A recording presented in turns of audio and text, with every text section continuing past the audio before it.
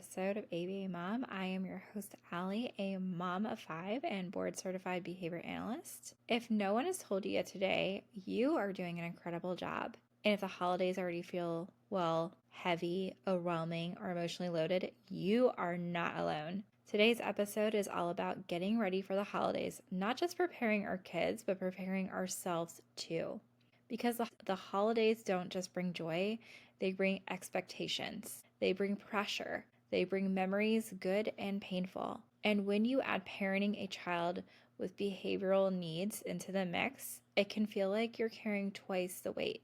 So today we're going to talk about how to prepare your child using ABA strategies, but also how to protect your peace while you do it. So why holiday behavior feels so intense? If behavior has been hard lately, let me normalize that first. The holidays disrupt everything: routines, sleep, eating, school schedules, therapy consistency, transitions, the environment itself. Your child might be seeing new decorations, new lighting, crowded rooms, loud conversations, strong smells. That's a sensory storm. And most of the behaviors we see this time of year aren't bad behaviors. They're stress-related behaviors. When your child melts down this season, the question isn't, how do I stop this? It's, what is this behavior telling me right now? Let's prepare the brain for the event. So, before the holiday, talk about it every day, or most days. Show photos of the house you'll visit. Walk through the schedule. Practice the hard parts, not just the fun parts. Practice waiting, sitting at the table, saying all done, asking about breaks. You don't prepare Christmas on Christmas morning, you prepare it in the quiet moments before it arrives. Sensory regulation is not optional. Sensory regulation. This is your reminder that sensory needs don't disappear for the holidays. If your child uses chew tools, fidgets, headphones, weighted items, they need those tools, especially right now. And no, you don't need to explain that to every family member. You do not need to defend your choices or your child's needs. Regulation isn't a debate, it's a biological need. Teaching your child to ask instead of act. One of the biggest goals during the holiday could be to communicate. Instead of crying, throwing, running, you could use functional communication. So help, needing a break, to stop, more, all done. Every single holiday gathering is filled with chances to practice in real life, and not just at the table.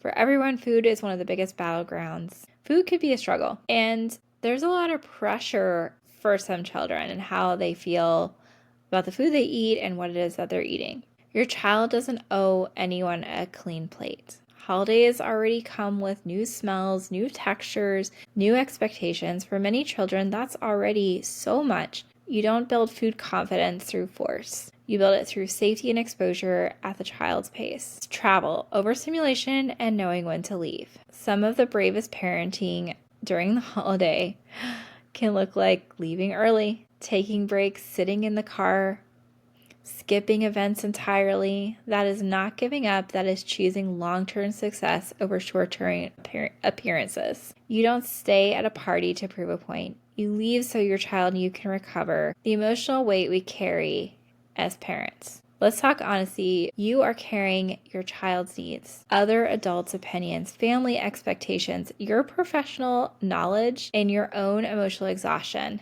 That is a lot for one person. There's a lot going on. I will tell you, I used to break out in hives during the holiday season.